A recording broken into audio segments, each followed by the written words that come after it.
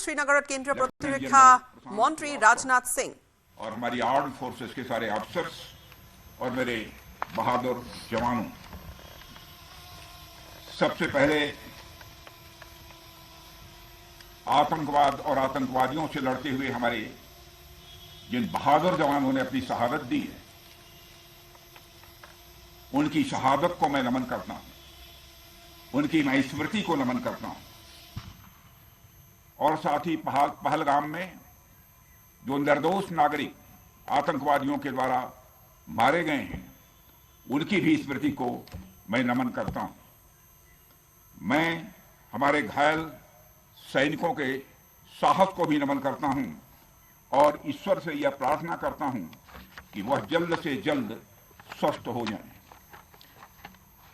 मेरे दोस्तों, इन विषम परिस्थिति में आप सबके बीच आज आकर मैं स्वयं को बहुत ही गौरवान्वित महसूस कर रहा हूं। हमारे प्रधानमंत्री माननीय नरेंद्र मोदी जी के कुशल नेतृत्व और मार्गदर्शन में ऑपरेशन सिंदूर के दौरान आपने जो कुछ भी किया है, उस पर पूरे देश को गर्व की अनुभूति हो रही है। मैं अभी भले ही आपका रक्षा मंत्री हूं, लेकिन उससे पहले तो मैं भारत का एक नागरिक हूं। रक्षा मंत्री के साथ साथ मैं आज भारत के नागरिक के रूप में भी आप सबके प्रति आभार व्यक्त करने के लिए यहां मौजूद हूं। पहलगाम हमले के बाद हमारे जम्मू कश्मीर की जनता ने पूरी एकजुटता के साथ और पाकिस्तान और साथ ही साथ आतंकवादियों के प्रति जिस प्रकार से अपने गुस्से का इजहार किया है, मैं जम्मू कश्मीर की जनता का भी अभिनंदन करता हूं। मेरे साथियों, आपकी उस ऊर्जा को महसूस करने आया हूं जिसने दुश्मनों को नष्ट नाबूद कर दिया है। आपने जिस तरीके से सीमा के उस पार पाकिस्तान की चौकियों और बंकरों को आपने ध्वस्त किया, दुश्मन मैं समझता हूं उसे कभी भूल नहीं सकता।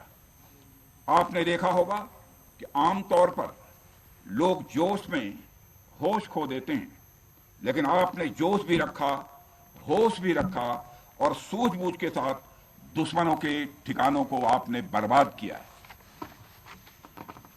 आज मैं यहां रक्षा मंत्री के साथ साथ एक मैसेंजर के रूप में भी आप सबके सामने मौजूद हूं।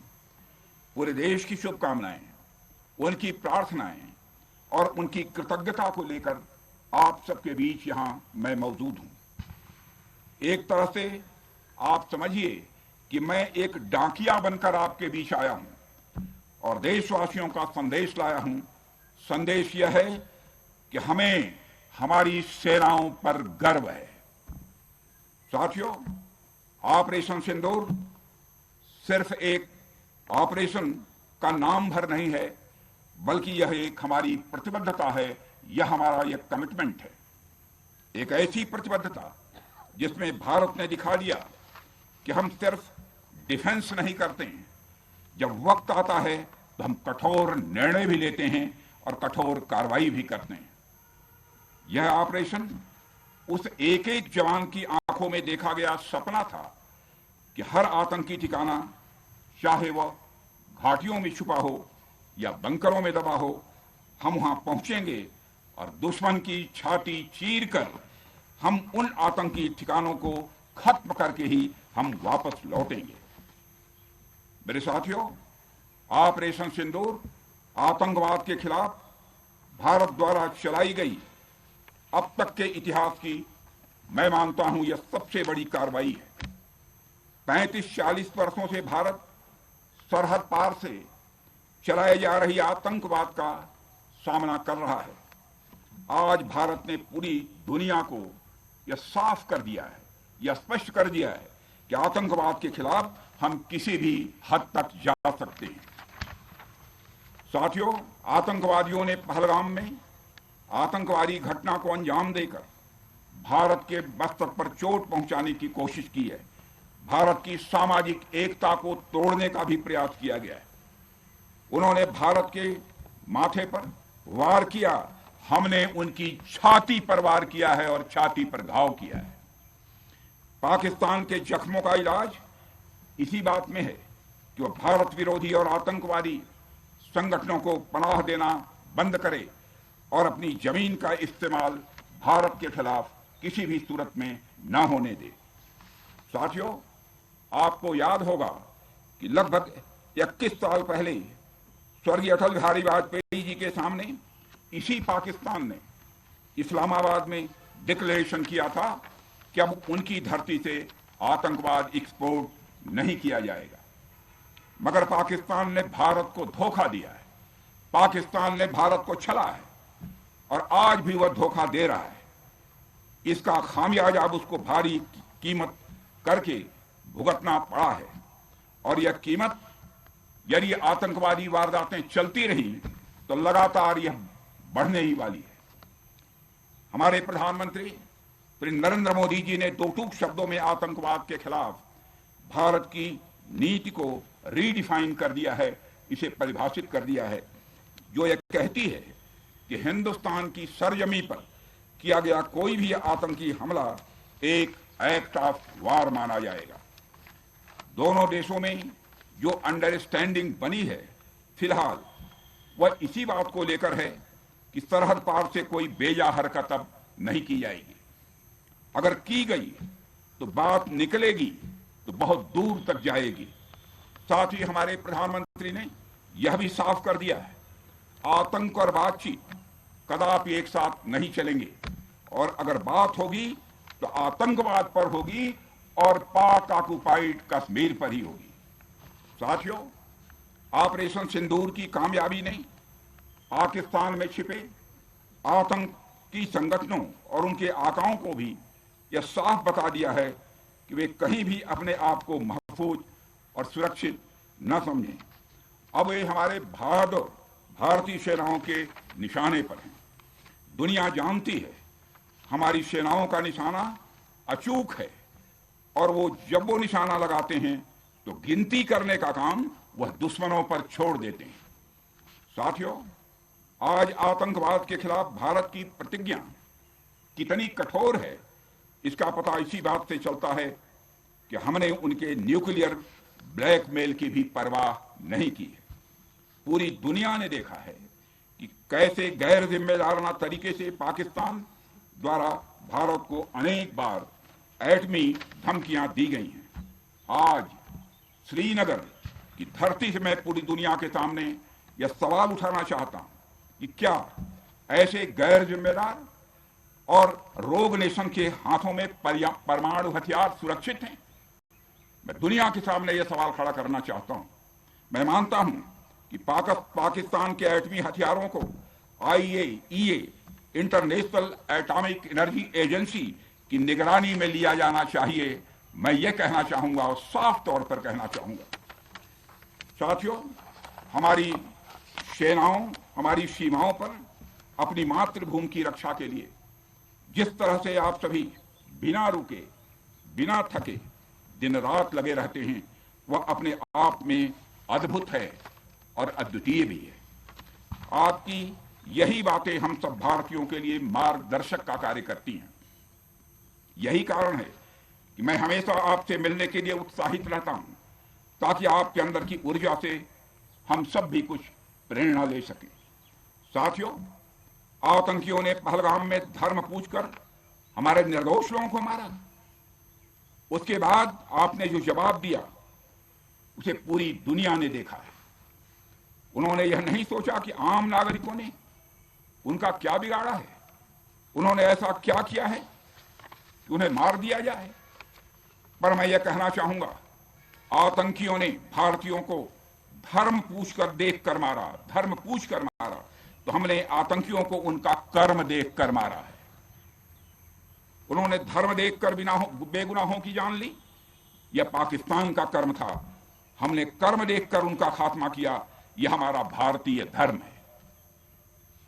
एक रक्षा मंत्री के रूप में मुझे आप सबको बेहद नजदीक से वर्षों से जानने का और समझने का अवसर मिला है।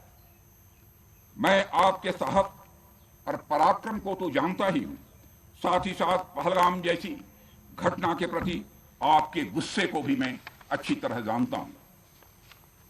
साथियों, मुझे पता है कि पहलगाम के बाद आपके अंदर गुस्सा था, पूरे देश के अंदर गुस्सा था। मुझे पता है कैसा महसूस होता है जब धमनियों में बह रहा रक्त बेकाबू होने लगे। और मुझे इस बात की खुशी भी है कि आपने अपने गुस्से को सही दिशा देते हुए बड़ी बहादुरी और सूझबूझ के साथ पहलगाम का बदला लिया है। रही बात पाकिस्तान की, तो उसकी बात ही क्या करूं आपसे। वह देश तो मांगते मांगते अपनी जहालत से एक ऐसी हालात में आ गया है कि उसके बारे में यह भी कहा जा सकता है कि पाकिस्तान जहां भी खड़ा होता है वहीं से मांगने वालों की लाइन प्रारंभ हो जाती है। अभी आपने सुना ही होगा कैसे वह फिर एक बार इंटरनेशनल मॉनेटरी फंड IMF के पास कर्ज मांगने गया।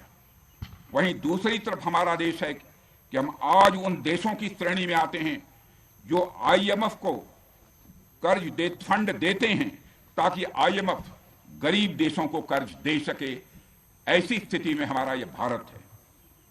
रामचरितमानस में स्वामी तुलसीदास जी ने लिखा है, जहां सुमतितः संपत्ति नाना, जहां कुमतितः विपत्ति निदाना।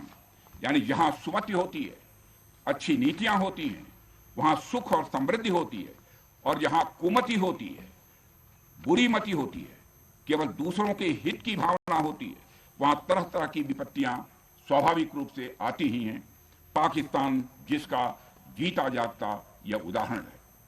साथियों, भारत के बारे में पूरी दुनिया यह बात जानती है कि हमने हमेशा शांति को प्राथमिकता दी है। हम आमतौर पर युद्ध के समर्थक कभी नहीं रहे, लेकिन स्थितियां जब इतनी विकट हो जाएं, जब देश की संप्रभुता पर आक्रमण होने लगे, तो जवाब देना यह आवश्यक हो जाता है। राष्ट्र कवि रामधारी सिंह दिनकर जी की पंक्तियां आपके सामने रखना चाहूंगा। रुग्ण होना चाहता कोई नहीं, रुग्ण होना चाहता कोई नहीं, रोग लेकिन आ गया जब पास हो तिक्त औषधि, कड़वी औषधि। तिक्त औषधि के सिवा उपचार क्या, शमित होगा वह नहीं मिष्ठान्न से। यानी कोई बीमारी अगर लग जाए तो वह मिठाई से दूर नहीं होती है, उसके लिए कड़वी दवा ही काम करती है। इसलिए आतंकवाद जैसे रोग के लिए भी ऑपरेशन सिंदूर जैसी दवा की बड़ी जरूरत हो गई थी। साथियों, पूरे देश में हमारी सेनाओं को और हमारे सैनिकों को एक सम्मान की दृष्टि से देखा जाता है। एक सशक्त राष्ट्र वही होता है जो अपनी सेनाओं को सम्मान के साथ साथ आधुनिक हथियार और साजो सामान भी दे जिसकी उसे जरूरत है। मुझे गर्व है कि आज प्रधानमंत्री जी के नेतृत्व में सरकार हमारी सेनाओं के लिए यह सब सारा काम कर रही है। हमने यह सुनिश्चित किया है कि हमारी सेनाएं हर परिस्थिति के लिए तैयार रहें। और मैं यहां पर army chief general Upendra Dwivedi ji को भी बधाई देना चाहता हूं, क्योंकि बार बार मेरी चर्चा होती रही है और बार बार मैं यह पूछता हूं कि जो भी आवश्यकताएं हैं उन आवश्यकताओं को पूरा करने के लिए हम पूरी तरह से तैयार हैं। और इसलिए इसके लिए हम वर्ल्ड क्लास बेहतरीन गुणवत्ता वाले साजो सामान अपनी सेनाओं को देने की कोशिश कर रहे हैं। आज आधुनिक राइफल्स, मिसाइल डिफेंस शील्ड और ड्रोन्स जैसी नई पीढ़ी के कई इक्विपमेंट को तेजी से भारत में ही बनाया जा रहा है। साथियों, इसके अलावा सीमावर्ती इलाकों में हमने जो काम किया है वो आप सब देख रहे होंगे। आज एलएसी और एलओसी पर भी कनेक्टिविटी है, वैसी पहले शायद कभी नहीं थी। हमने हर स्तर पर यह दिखाया है कि हमारी सरकार केवल युद्ध भूमि पर ही नहीं बल्कि व्यक्तिगत रूप से और पारिवारिक रूप के साथ अपने सेना के जवानों के साथ खड़ी है। साथियों, अंत में एक बार फिर आप सभी को आपके शौर्य और पराक्रम के लिए हृदय से हार्दिक बधाई देता हूं। मैं आपको यह आश्वासन देता हूं कि हमारे प्रधानमंत्री जी के नेतृत्व में देश की सरकार और देश की जनता हर कदम पर, हर स्थिति में आपके साथ कंधे से कंधा मिलाकर खड़ी है।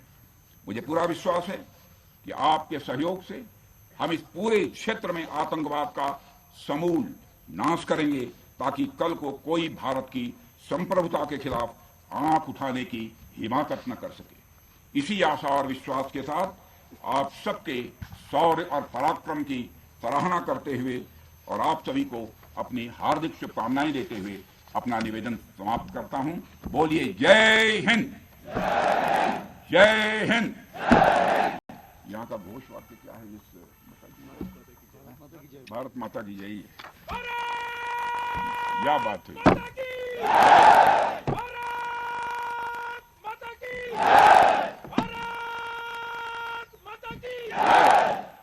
बहुत अच्छी।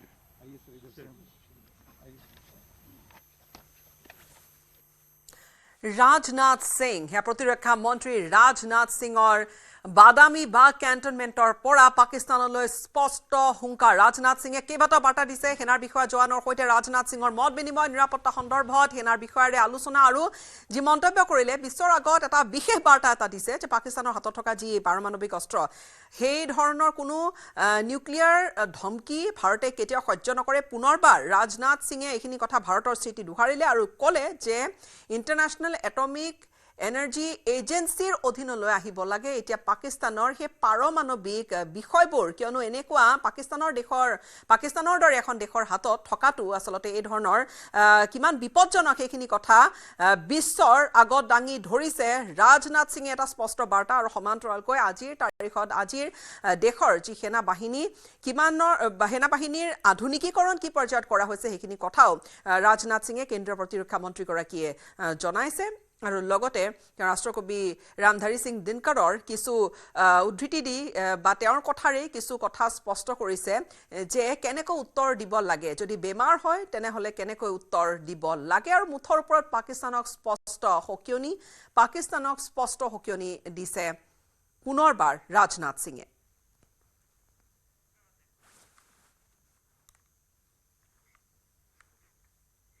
জম্মু কাশ্মীৰৰ পুলৱামাত পুনৰ গুলিয়াগুলি আৰু অৱন্তিপৰা ট্ৰালত পুৱাই সেনা আৰু সন্ত্ৰাসবাদীৰ মাজত প্ৰচণ্ড সংঘৰ্ষ। সেনাৰ এনকাউণ্টাৰত নিহত হৈছে জৈশ-এ মহম্মদৰ 3টা দুৰ্ধৰ্ষ সন্ত্ৰাসবাদী। অঞ্চলটোত বৰ্তমানো কেইবাটাও সন্ত্ৰাসবাদী আত্মগোপন কৰি থকাৰ সন্দেহ কৰা হৈছে। বৰ্তমানীয় সন্ত্ৰাসবাদীৰ বিৰুদ্ধে অঞ্চলটোত অব্যাহত আছে সেনা আৰু আৰক্ষীৰ অভিযান। দুদিন পূৰ্বে সেনাৰে হোৱা সংঘৰ্ষত শ্বপিয়ান নিহত হৈছিল লস্কৰী তয়বাৰ 3টা কুখ্যাত সন্ত্ৰাসবাদী। লগতে সেনাই উদ্ধাৰ কৰিছিলে সন্ত্ৰাসবাদীৰ অস্ত্ৰ ভাণ্ডাৰ। সেই দৃশ্য আৰু এই মুহূৰ্তৰ আজিৰ দৃশ্য এয়া অৱশ্যে পুলৱামা, জম্মু কাশ্মীৰৰ পুলৱামাত এয়া পুনৰ গুলিয়াগুলি। অৱন্তিপুৰা ট্ৰালত পুৱাই সেনা আৰু সন্ত্ৰাসবাদীৰ মাজত প্ৰচণ্ড সংঘৰ্ষ। সেনাৰ এনকাউণ্টাৰত নিহত হৈছে জৈশ-এ মহম্মদৰ 3টাকৈ দুৰ্ধৰ্ষ সন্ত্ৰাসবাদী। অঞ্চলটোত কিন্তু বৰ্তমানেও আন কেইবাটাও সন্ত্ৰাসবাদী আত্মগোপন কৰি থকাৰ সন্দেহ কৰা হৈছে। इस समय आतंकियों को ढेर करने के लिए ऑपरेशन जारी है। हमें कहा गया है कि हम जारी है और ये धमाके हो रहे हैं तेज, ताकि रॉकेट लॉन्चर का इस्तेमाल करते हुए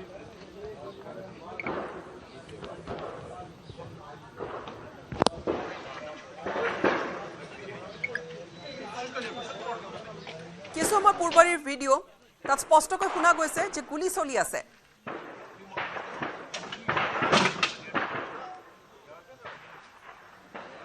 তাত আৰু কেইটামান সন্ত্ৰাসবাদী লুকাই থাকিব পাৰে সেই সন্দেহতে অভিযান চলি আছে অহৰহ।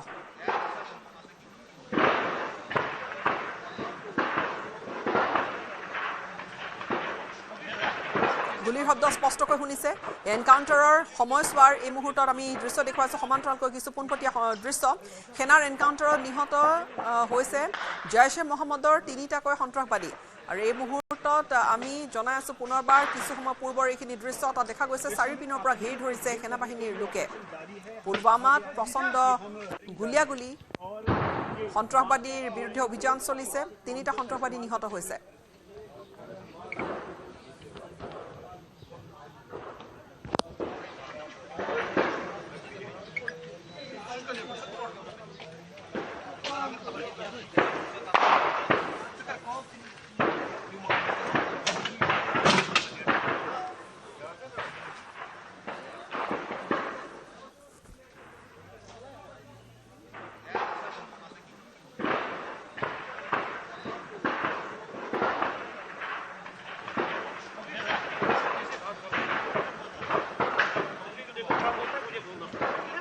इलाके में जोरदार फायरिंग फिर से शुरू हुई। आप सुन सकते हैं जबरदस्त फायरिंग हो रही है क्योंकि एनकाउंटर सुबह से जारी है, लेकिन इस वक्त दोनों तरफ से जबरदस्त जोरदार फायरिंग का सिलसिला चल रहा है। और आप देख सकते हैं कि यहाँ पे हर तरफ से सुरक्षा बल लगे हुए हैं और फायरिंग भी लगातार हो रही है। और आप सुन सकते हैं हर तरफ से फायरिंग हो रही है इस वक्त, यानी जो बताया जा रहा है कि 2 मिलिटेंट अभी भी वहां पे अंदर हैं, उनके साथ इस वक्त मुठभेड़ चल रही है। तो अभी ये आप देख सकते हैं कि सुरक्षा बल यहाँ पे इर्द गिर्द लगे हुए हैं, फायरिंग दोनों साइड से हो रही है और हम यहाँ पे ग्राउंड जीरो पे हैं और अभी तक एक मिलिटेंट के मारे जाने की खबर है जिसका नाम आसिफ शेख बताया जा रहा है, जो जैश का कमांडर बताया जा रहा है, और 2 और मिलिटेंट यहाँ पे अंदर हैं घर के अंदर जिनके साथ अभी मुठभेड़ चल रही है। और यहाँ विशेष प्रतिवेदन आमार सांबादिक रिफत तात आछे और किछु समय पूर्वे তেওঁ পঠোৱা এই প্ৰতিবেদন আমি আগবঢ়ালো।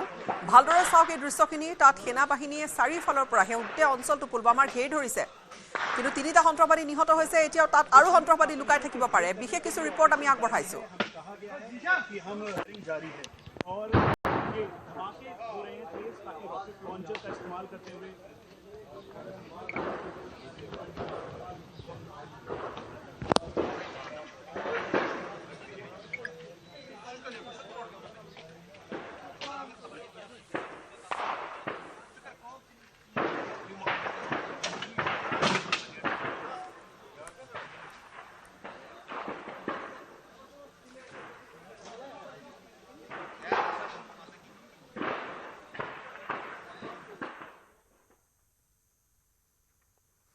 বছৰটোৰ প্ৰথমটো বানত বুৰিল লখিমপুৰৰ নাৰায়ণপুৰ। চেঁচা নৈৰ বাঢ়নী পানীয়ে ছিগিছে শিমলুগুৰি হাৱাজান সংযোগী পথ। নাৰায়ণপুৰত বাৰিষাৰ প্ৰথমটো বানে ইতিমধ্যে ভয়ংকৰ ৰূপ লৈছে।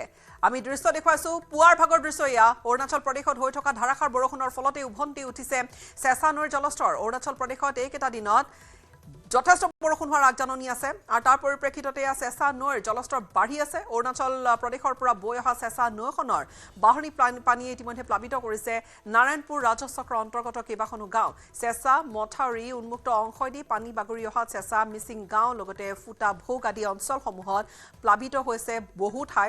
ঘৰ দুৱাৰ বিদ্যালয় প্লাবিত হৈছে, লগতে ক্ষয়ক্ষতি হৈছে ৰবি শস্যৰ। লগতে বাঢ়নী পানীয়ে খহাই নিছে অসম মালা আঁচনিৰ অধীনত নিৰ্মাণ কৰা হাৱাজান শিমলুগুৰি সংযোগী পথটোৰ এটি উপপথ, যাৰ ফলত ব্যাহত হৈ পৰিছে যাতায়াত।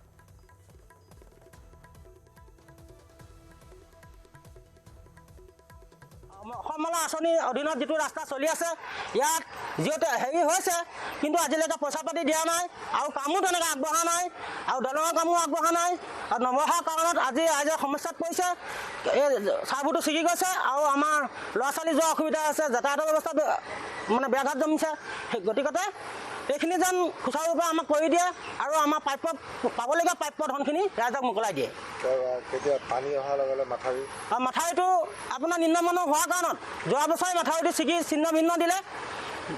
গতিকে আমি মাথাউৰিটো যাতে হয় তাৰ কাৰণে আমি বিধায়ক মহোদয়ক অনুৰোধ জনাইছোঁ। মাথাউৰি পানী বাগৰি ছিঙি আহিছে, যোৱাবাৰ ছিঙিলে, সেইটো বিধায়কে চাই গ'লি। ঘৰত আপোনাৰ গোহালি তল গৈছে, বাৰী চব্জি তল গৈছে, পুখুৰী কোনোমতে মানে ৰক্ষা পৰিছে। আমিতো ধৰক কৰ্ম কৰি খোৱা মানুহ, আমি তাৰ ওপৰত ডিপেণ্ড কৰোঁ আৰু আমাৰ অন্য ব্যৱস্থা নাই। আমাক সেইখিনি ধ্বংস হ'লে আমি চলিম কেনেকৈ? শ্ৰীনগৰত বিজেপিৰ উদ্যোগত উলিওৱা হৈছে ত্ৰিৰংগা যাত্ৰা।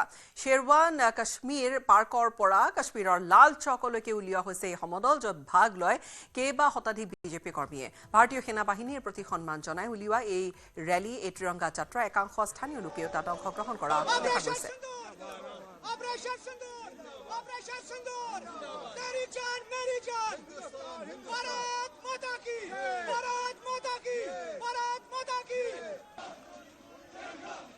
শ্বেৰৱান কাশ্মীৰ পাৰ্কৰ পৰা কাশ্মীৰৰ এয়া লাল চকলৈকে উলিওৱা এই সমদল ভাগ লৈছে কেইবা শতাধিক বিজেপি কৰ্মীয়ে।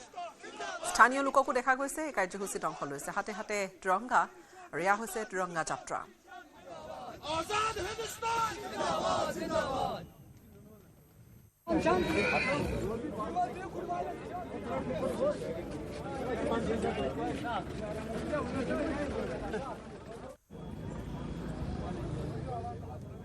পোনপটীয়া সম্প্ৰচাৰ এই মুহূৰ্তত দেখুৱাইছোঁ আপোনালোকক। শ্ৰীনগৰত বিজেপিৰ উদ্যোগত এয়া ত্ৰিৰংগা যাত্ৰা। দেশৰ শেহতীয়া যিটো পৰিস্থিতি আৰু যেনেকৈ ভাৰতীয় সেনা বাহিনীয়ে অদম্য এক শক্তি দেখুৱাই প্ৰত্যুত্তৰ দিছে সন্ত্ৰাসবাদৰ পৃষ্ঠপোষক পাকিস্তানক, আৰু সীমাৰ সিপাৰৰ পৰা যি ভাৰতীয় সাধাৰণ নাগৰিকক টাৰ্গেট কৰা হৈছিলে, যি এক উত্তৰ ভাৰতীয় প্ৰতিৰক্ষা বাহিনীয়ে ভাৰতীয় সশস্ত্ৰ বাহিনীয়ে দিছে তাৰ পিছত এই মুহূৰ্তত আমি দেখুৱাইছোঁ লাল চকৰ সমীপৰ কিছু দৃশ্য লাল চকলৈ উলিওৱা এই সমদল ভাগ লৈছে কেইবা শতাধিক বিজেপি কৰ্মীয়ে আৰু ভাৰতীয় সেনা বাহিনীৰ প্ৰতি সন্মান জনাই উলিওৱা এই ৰেলী এই ত্ৰিৰংগা ৰেলী আৰু এই ৰেলীত অংশগ্ৰহণ কৰিছে স্থানীয় বহু লোকে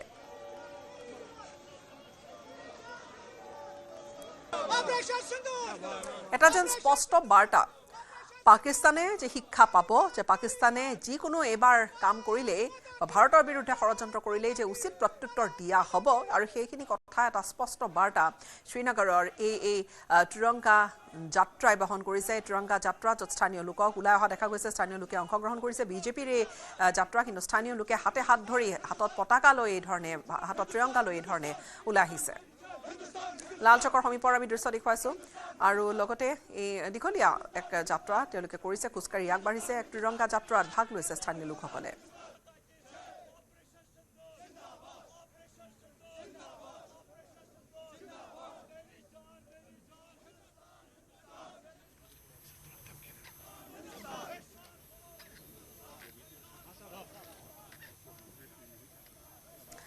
এফালে আমি দেখুৱাইছোঁ এটা দৃশ্য এয়া বাদামবাগ কাশ্মীৰত বাদামবাগ কেণ্টনমেণ্টত তাত ৰাজনাথ সিং শ্ৰীনগৰৰ পৰা আমি পোনপটীয়া সম্প্ৰচাৰ ফালে দেখুৱাইছোঁ আৰু এয়া জম্মু কাশ্মীৰৰ দুখন ছবিয়ে ভাৰতীয় সেনা বাহিনীৰ সৈতে এফালে প্ৰতিৰক্ষা মন্ত্ৰীগৰাকীয়ে মত বিনিময় কৰিছে তেওঁ উদাত্ত ভাষণ দিছে ইতিমধ্যে সেই কেণ্টনমেণ্টৰ পৰা আৰু লগতে আনহাতে এয়া শ্ৰীনগৰৰ লাল চকৰ সমীপত এয়া যি হাতে হাতে ত্ৰিৰংগা লৈ এক যাত্ৰা তেওঁলোকে ভাৰতীয় সেনা বাহিনীক ধন্যবাদ কৃতজ্ঞতা জ্ঞাপন কৰিছে দেশক সুৰক্ষাৰ হকে তেওঁলোকে যি ধৰণৰ এটা শক্তিশালী পদক্ষেপ লৈছে শলাগ লৈ ধন্যবাদ জ্ঞাপন কৰি কৃতজ্ঞতা জ্ঞাপন কৰি ত্ৰিৰংগা যাত্ৰা আৰু আনহাতে ৰাজনাথ সিঙৰ তেওঁ লগ ধৰিছে তেওঁ লগ পাইছে মত বিনিময় কৰিছে সেনা বাহিনীৰ লোকসকলৰ সৈতে কথা পাতিছে প্ৰতিৰক্ষা মন্ত্ৰীগৰাকী তেওঁ শ্ৰীনগৰত আৰু এই গোটেই শেহতীয়া পৰিস্থিতিটোৰ পিছতে তেওঁ প্ৰথমটো এয়া জম্মু কাশ্মীৰ ভ্ৰমণ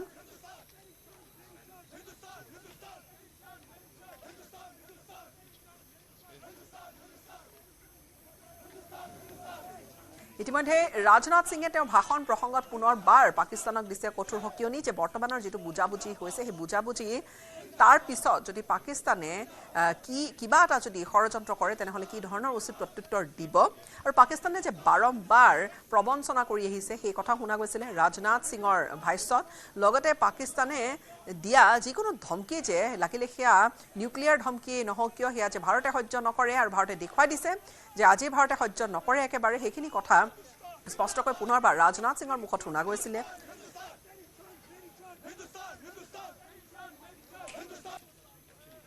আৰু যিকোনো ধৰ্মৰ লগতে ৰাজনাথ সিঙৰ এটা গুৰুত্বপূৰ্ণ মন্তব্য যে ধৰ্মৰ ভিত্তিত ধৰ্ম চাই যি ধৰণৰ এটা সন্ত্ৰাসবাদীৰ বৰ্বৰতা দেখুৱাইছিলে পাকিস্তানৰ সন্ত্ৰাসবাদীয়ে যি ধৰণৰ বৰ্বৰতা দেখুৱাইছিলে সেই উত্তৰ কৰ্মৰে ভাৰতে দিছে ধৰ্ম সুধি গুলীচালনা কৰা হৈছিলে কৰ্মৰে ভাৰতে উত্তৰ দিছে এইখিনি কথা স্পষ্ট কৰিছে আৰু যিকোনো এনেকুৱা সন্ত্ৰাসবাদী কাৰ্যক এতিয়া যে যুদ্ধৰ সৈতে ধৰা হ'ব বা যুদ্ধ বুলি ধৰা হ'ব সেয়াও স্পষ্ট কৰি দিছে ভাৰতে ৰাজনাথ সিঙৰ এই মন্তব্যই পুনৰবাৰ স্পষ্ট কৰিছে যে পাকিস্তানৰ কোনো ধৰণৰ এই যি উচ্চতনী ষড়যন্ত্ৰ সেয়া যে ভাৰতে সহ্য একেবাৰে নকৰে আৰু সেয়া ভাৰতে শেহতীয়াকৈ গোটেই বিশ্বৰ সন্মুখত দাঙি ধৰিছে প্ৰধানমন্ত্ৰী নৰেন্দ্ৰ মোদীয়ে ইয়াৰ পূৰ্বে কৈছিলে যে যুদ্ধৰ সময় নহয় কিন্তু এয়া টেৰৰিজমৰ সময়ো নহয় অৰ্থাৎ সন্ত্ৰাসবাদৰ সময়ো নহয় আৰু সন্ত্ৰাসবাদীক কেনেকৈ শিক্ষা দিয়া হৈছে সন্ত্ৰাসবাদীৰ ঘাটিত ভাৰতে কি ধৰণে আক্ৰমণ কৰিছে আৰু তাৰ পিছত যেনেকৈ সন্ত্ৰাসবাদীৰ পক্ষত থিয় দি পাকিস্তানে ভাৰতৰ সাধাৰণ নাগৰিকক টাৰ্গেট কৰিলে তাৰ পিছতে একেবাৰে শক্তিশালী উত্তৰ এটা ভাৰতে দিছে আৰু সেনা বাহিনীৰ জোৱানসকলৰ সৈতে এয়া ৰাজনাথ সিঙক দেখা গৈছে প্ৰথমে আমি দেখিছিলোঁ যে আদমপুৰ এয়াৰবেছত প্ৰধানমন্ত্ৰী নৰেন্দ্ৰ মোদী তেওঁ উপস্থিত হৈছিলে আৰু তাৰপিছত এয়া আমি শ্ৰীনগৰৰ পৰা দুফালে দুটা দৃশ্য দেখুৱাইছোঁ পোনপটীয়া সম্প্ৰচাৰ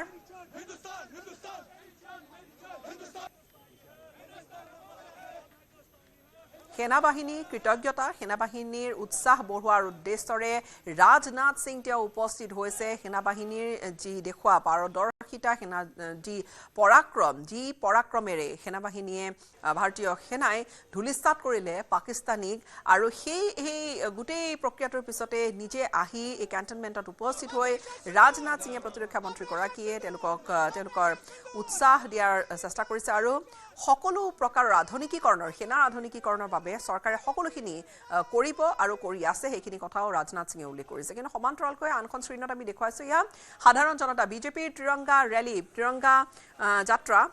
ত্ৰিৰংগা যাত্ৰাত এয়া সাধাৰণ লোকসকল ওলাই আহিছে তেওঁলোকে হাতে হাত ধৰি হাতে ত্ৰিৰংগা লৈ লাল চকলৈ ওলাই আহি এয়া যথেষ্ট উৎসাহেৰে এই যাত্ৰাত অংশ লোৱাই নহয় সেনাবাহিনী ভাৰতীয় সশস্ত্ৰ বাহিনীক ধন্যবাদ কৃতজ্ঞতা জ্ঞাপন কৰিছে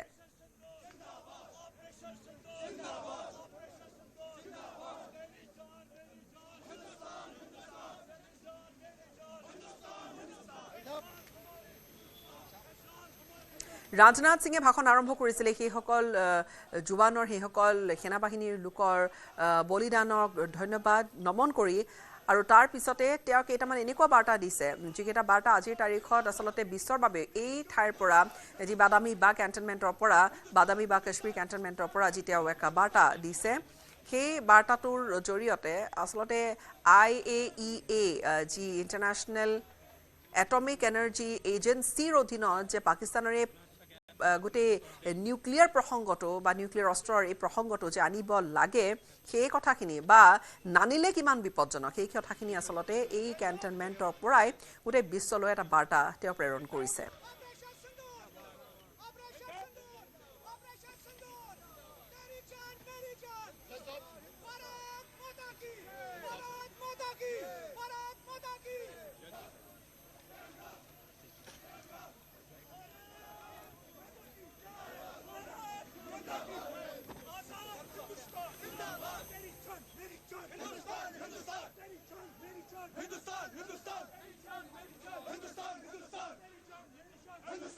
पाकिस्तान की हार, भारत की जीत।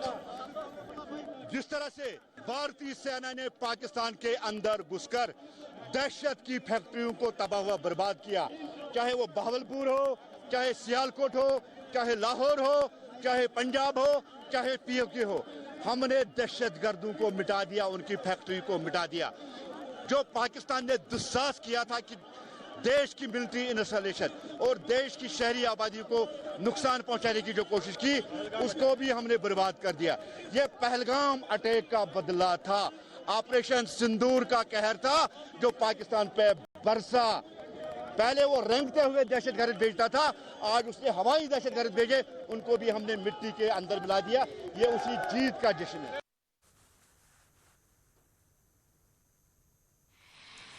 আৰু এই মুহূৰ্তত আমি পোনপটীয়াকৈ দেখুৱাইছোঁ আৰু এয়া সম্ভৱতঃ এয়া ফটোৰ বাবে যিখিনি সময় এয়া ফটো তোলাৰ এইখিনি সময় উমৰ আব্দুল্লাকো দেখা গৈছে একেলগে মুখ্যমন্ত্ৰীগৰাকী ৰাজনাথ সিঙৰ এই যি ভ্ৰমণসূচী এয়া কিন্তু বিশেষ তাৎপৰ্য বহন কৰিছে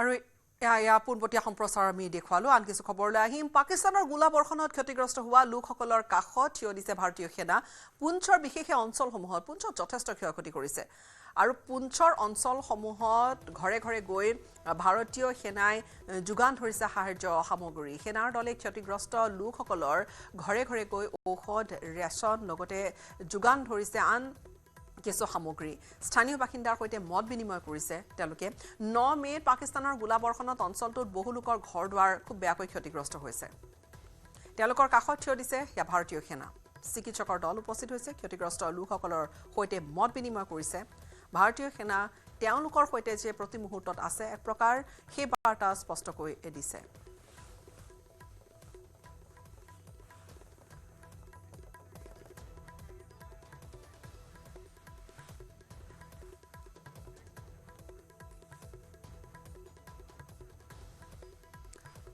পুনৰবাৰ আমি দুটা দৃশ্য দেখুৱাইছো আপোনালোকক দেখুৱাইছো এটা দৃশ্য য'ত পুঞ্চৰ সেই ঘৰবোৰত এতিয়াও আচলতে এই ভয়ানক যি সময় তেওঁলোকে সীমান্ত একেবাৰে যিখিনি সীমান্তত লাগি থকা অঞ্চল বা গাঁও তাত কেনেকুৱা ভয়ংকৰ এটা তেওঁলোকে পৰিস্থিতি পাৰ কৰিছে সেই দৃশ্যটো এফালে আমি দেখুৱাইছো আৰু লগতে আন এক দৃশ্য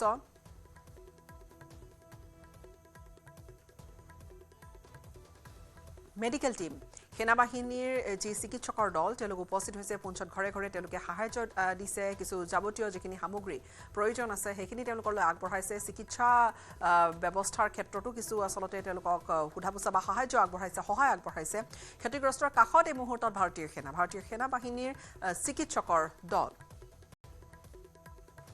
দৃশ্যসমূহ কিছু তেওঁলোকে সম্ভৱতঃ দেখুৱাইছে যিখিনি ছবিৰ পৰা অনুমান কৰিব পাৰিছো কিয়নো সেই ধৰণৰ ঠাই য'ত একেবাৰে সীমান্তত পাকিস্তানে অহৰহ যুদ্ধবিৰতি উলংঘন কৰি আহিছে য'ত সমুচিত প্ৰত্যুত্তৰ দিছে ভাৰতীয় সেনা বাহিনীয়ে কিন্তু পাকিস্তানে কৰা এই যিটো গুলীবৰ্ষণত পাকিস্তানে সীমান্তত থকা সাধাৰণ নাগৰিকক টাৰ্গেট কৰিছিলে পাকিস্তানে যি যুদ্ধবিৰতি চুক্তি উলংঘা বাৰে বাৰে কৈ আহিছে 22 তাৰিখৰ সেই পেহেলগাম আক্ৰমণৰ পিছৰে পৰা পাকিস্তানে কম বেছি পৰিমাণে সেয়া বিভিন্ন যি সীমান্তৱৰ্তী অঞ্চলসমূহত সেয়া কম বেছি পৰিমাণে গুলী চালনা কৰি আহিছে আৰু গুলী চালনা অৰ্থাৎ ভাৰতৰ প্ৰতি লক্ষ্য কৰি গুলী চলাই প্ৰথমে স্মল আৰ্মছ ফায়াৰিং কৰি আছিল আৰু তাৰ পিছত এই যিটো একেবাৰে শেহতীয়াকৈ উত্তপ্ত হৈ পৰিছিল পৰিস্থিতি তাত যথেষ্ট তাত এক প্ৰকাৰ সীমান্তত গুলী চালনাৰ ঘটনা ভাৰতীয় সেনায়ো দিছে প্ৰত্যুত্তৰ বহু কেইগৰাকী তাত যি স্থানীয় লোক তেওঁলোক অৱশ্যে আঘাতপ্ৰাপ্ত হৈছিলে এই যুদ্ধবিৰতি পাকিস্তানে উলংঘন কৰা সময়ছোৱাতে তেওঁলোকৰ কাষত থিয় দিছে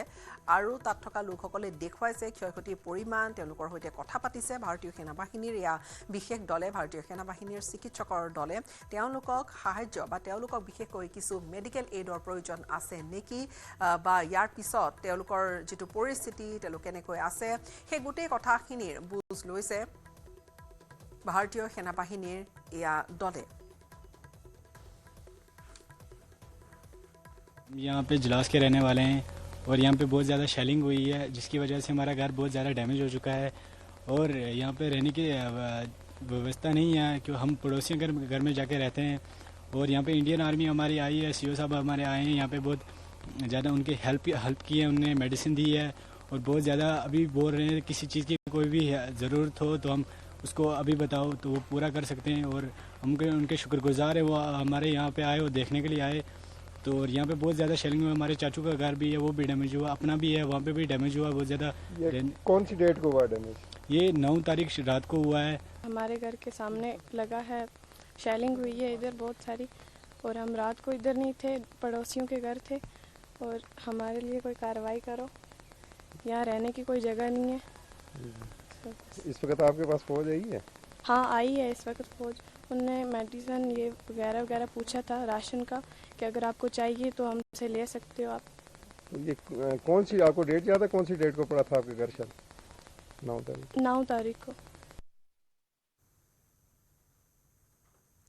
পাকিস্তানৰ বিৰুদ্ধে ভাৰতে চলোৱা প্ৰত্যাক্ৰমণক লৈ পাকিস্তান কিমান শংকিত হৈ পৰিছিলে সেয়া পোহৰলৈ আহিছে শেহতীয়াকৈ ভাৰতক লৈ পাকিস্তান ইমানেই শংকিত হৈছিল যে আমেৰিকালৈ প্ৰতিনিধি প্ৰেৰণ কৰি যুদ্ধ বন্ধ কৰাবলৈ আহ্বান কৰিছিলে পাকিস্তানে পাকিস্তানে ভাৰতৰ সৈতে যিকোনো মূল্যৰ বিনিময়ত প্ৰত্যাক্ৰমণ বন্ধ কৰাবলৈ সৈমান কৰোৱাৰ বাবে অনুৰোধ কৰিছিল আমেৰিকাৰ পেণ্টাগনৰ এগৰাকী প্ৰাক্তন বিষয়া তথা আমেৰিকান এণ্টাৰপ্ৰাইজ ইনষ্টিটিউটৰ জ্যেষ্ঠ সহযোগী মাইকেল ৰুবিনে প্ৰকাশ কৰিছে এই কথাখিনি পেণ্টাগনৰ প্ৰাক্তন বিষয়াজনে পাকিস্তানৰ সেনাবাহিনীক লৈ কৰিছে কিছু চাঞ্চল্যকৰ মন্তব্য পাকিস্তানৰ বাবে পাকিস্তানৰ সেনাবাহিনীৰ সমস্যা বুলি উল্লেখ কৰিছে মাইকেল ৰুবিনে পাকিস্তানৰ বাবে কৰ্কট ৰোগ আখ্যা দিছে মাইকেল ৰুবিনে কিয়নো দেশৰ অখণ্ডতা ৰক্ষা কৰা আৰু নাগৰিকক সুৰক্ষা দিবলৈ অক্ষম পাকিস্তানী সেনাবাহিনীৰ প্ৰধান আসিম মুনিৰৰ চাকৰিটো আছে নে নাই বুলি প্ৰশ্ন কৰিছে মাইকেল ৰুবিনে সন্ত্ৰাসবাদীৰ পৃষ্ঠপোষক পাকিস্তানী সেনাবাহিনী বুলি স্পষ্টকৈ তেওঁ মন্তব্য কৰিছে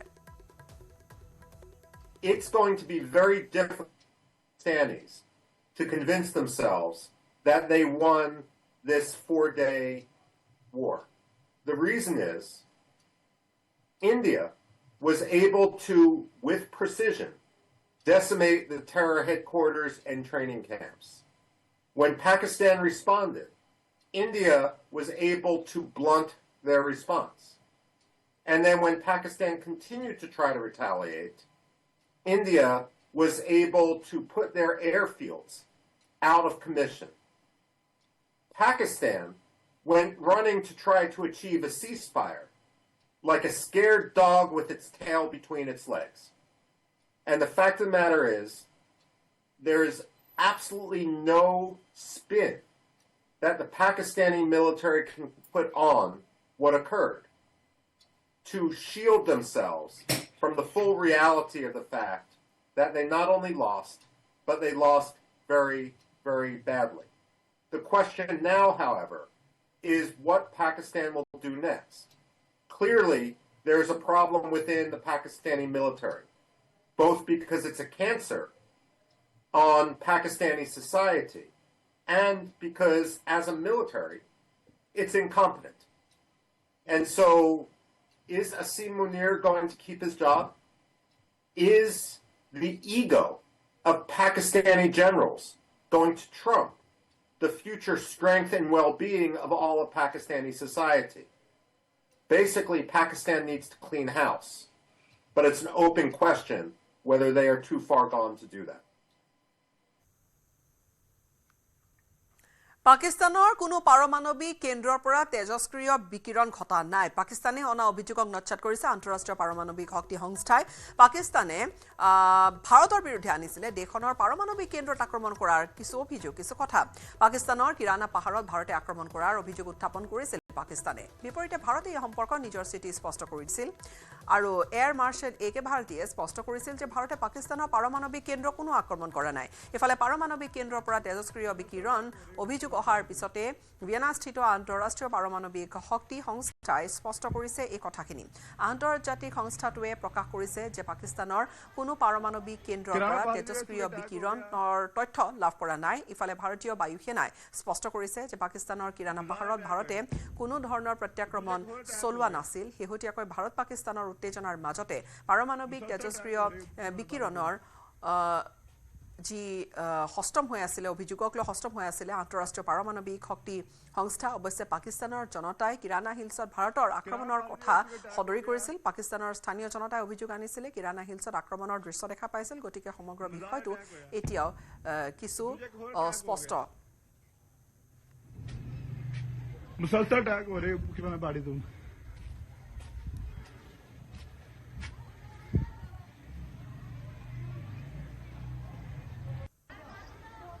किराना पहाड़ी से सुबह अटैक हो गया मजाक अटैक होया और दूजे एक और अटैक हो गया मुसलसल अटैक हो रहे किराना पहाड़ी तुम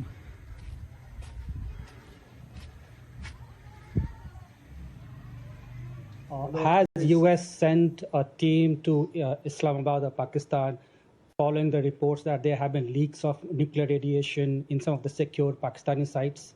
I have nothing to preview on that at this time. Thank you for telling us that Kirana Hill houses some nuclear installation. We did not know about it. Okay. And we've not hit Kirana Hills, whatever is there. Okay. I did not brief in my briefing yesterday. Thank you. আন কিছু খবৰ আগবাঢ়ি মণিপুৰৰ Bharat Myanmar সীমান্তত আসাম ৰাইফলছৰ উগ্ৰপন্থী বিৰোধী অভিযান আৰু চান্দেল জিলাৰ নিউ সান্তাল গাঁৱৰ সমীপত আসাম ৰাইফলছৰে হোৱা সংঘৰ্ষত নিহত হৈছে 10টাকৈ উগ্ৰপন্থী নিহত আটাইকেইটা উগ্ৰপন্থীয়ে কুকি নেশ্যনেল আৰ্মি বাৰ্মা চমুকৈ KNA বীৰ কেডাৰ আৰু ভাৰতীয় সেনাৰ ইষ্টাৰ্ণ কমাণ্ডে সদৰি কৰিছে কথাখিনি KNA বাৰ্মাৰ 10 কেডাৰ নিহত হোৱাৰ লগতে ঘটনাস্থলীৰ পৰা আসাম ৰাইফলছৰ দলটোৱে উদ্ধাৰ কৰিছে বৃহৎ অস্ত্ৰ ভাণ্ডাৰ উগ্ৰপন্থী দলটোৰ পৰা নিৰাপত্তাৰক্ষীৰ দলটোৱে উদ্ধাৰ কৰিছে 7টাকৈ AK সিৰিজৰ ৰাইফল এটা M4 ৰাইফল লগতে 4টা সিংগল বেৰেল বন্দুক আৰু এটা RPG বুধবাৰে নিশাৰে পৰা চলোৱা উগ্ৰপন্থী বিৰোধী অভিযান বৰ্তমানে অব্যাহত ৰাখিছে সেনাবাহিনীয়ে পুনৰ কৈছো মণিপুৰৰ ভাৰত ম্যানমাৰ সীমান্তত আছাম ৰাইফলছৰ উগ্ৰপন্থী বিৰোধী অভিযান ইয়া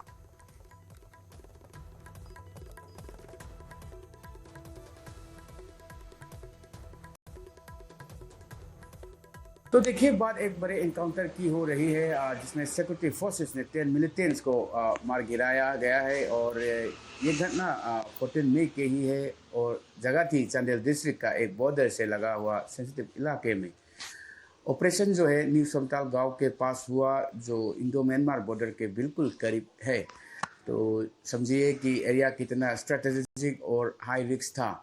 जैसे ही असम राइफल्स के जवान खेंजो सेक्टर में आगे बढ़े तो वहाँ छिपे हुए मिलिटेंट्स ने अचानक फायरिंग शुरू कर दी, लेकिन ऐसा है कि हमारे जवानों ने भी तुरंत मोर्चा संभाला, बिना किसी डर के पूरा जवाब दिया। तो इनकाउंटर के दौरान 10 मिलिटेंट्स को न्यूट्रलाइज किया गया है और वहाँ से काफ़ी हेवी आर्म्स एम्यूनिशंस भी बरामद हुआ, जो ये दिखाता है कि उनका कोई बड़ा इरादा था।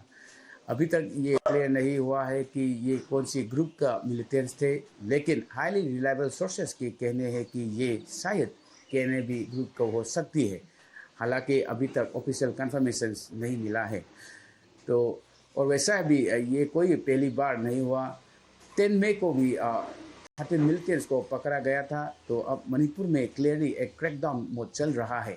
फिलहाल ऑपरेशन अभी भी चल रही है और जवान पूरे बॉर्डर जोन में हाई अलर्ट पर हैं। आगे भी डेवलपमेंट हो सकती है। तो इम्फाल से मैं न्यूज़ 18 के लिए हंतेम बिस्वरजित। ভাৰতে হিন্দু জল সন্ধি বাতিল কৰাৰ পিছতে পাকিস্তানী জনতাৰ মাজত এতিয়া লাগিছে হাহাকাৰ। শুকাই গৈছে পাকিস্তানৰ লাখ লাখ বিঘা কৃষিভূমি। খেতিৰ সময়ত পৰ্যাপ্ত পানী নোপোৱাত বিপদত পৰিছে পাকিস্তানৰ খেতিয়ক। সিন্ধু নদীৰ পানীৰ ওপৰত নিৰ্ভৰশীল পাকিস্তানৰ লাখ লাখ জনতাই পানীৰ বাবে হাহাকাৰ কৰিছে। ইফালে ভাৰতে পানী এৰি দিয়াক লৈ লোৱা সিদ্ধান্ত পুনৰ বিবেচনাৰ আহ্বান। পানী এৰি দিবলৈ ভাৰতৰ জলশক্তি মন্ত্ৰণালয়ৰ সম্পাদক দেৱশ্ৰী মুখাৰ্জীলৈ পত্ৰ লিখিছে পাকিস্তানে।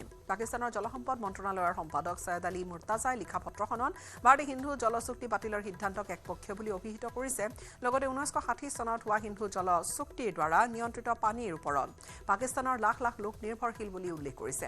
ভাৰতৰ প্ৰত্যাক্ৰমণৰ পিছতো সুৰহলনি হোৱা নাই পাকিস্তানৰ। পত্ৰখনত ভাৰতে লোৱা সিদ্ধান্তক একপক্ষীয় আৰু অবৈধ আখ্যা দিছে পাকিস্তানৰ জলসম্পদ মন্ত্ৰালয়ে।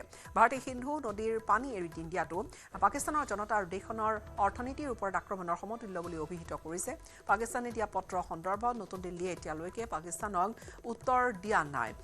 23 এপ্ৰিলত নিৰাপত্তা বিষয়ক কেবিনেট কমিটিৰ বৈঠকত তাত সিন্ধু জল চুক্তি বাতিল কৰাক লৈ সিদ্ধান্ত লোৱা হৈছিল আৰু পেহেলগামত চলা বৰ্বৰ আক্ৰমণৰ পিছতে ভাৰতে বাতিল কৰিছিল সিন্ধু জল চুক্তি।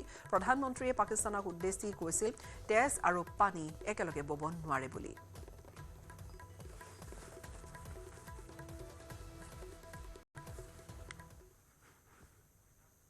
ইয়াৰ সৈতে বিদায় লম। নমস্কাৰ।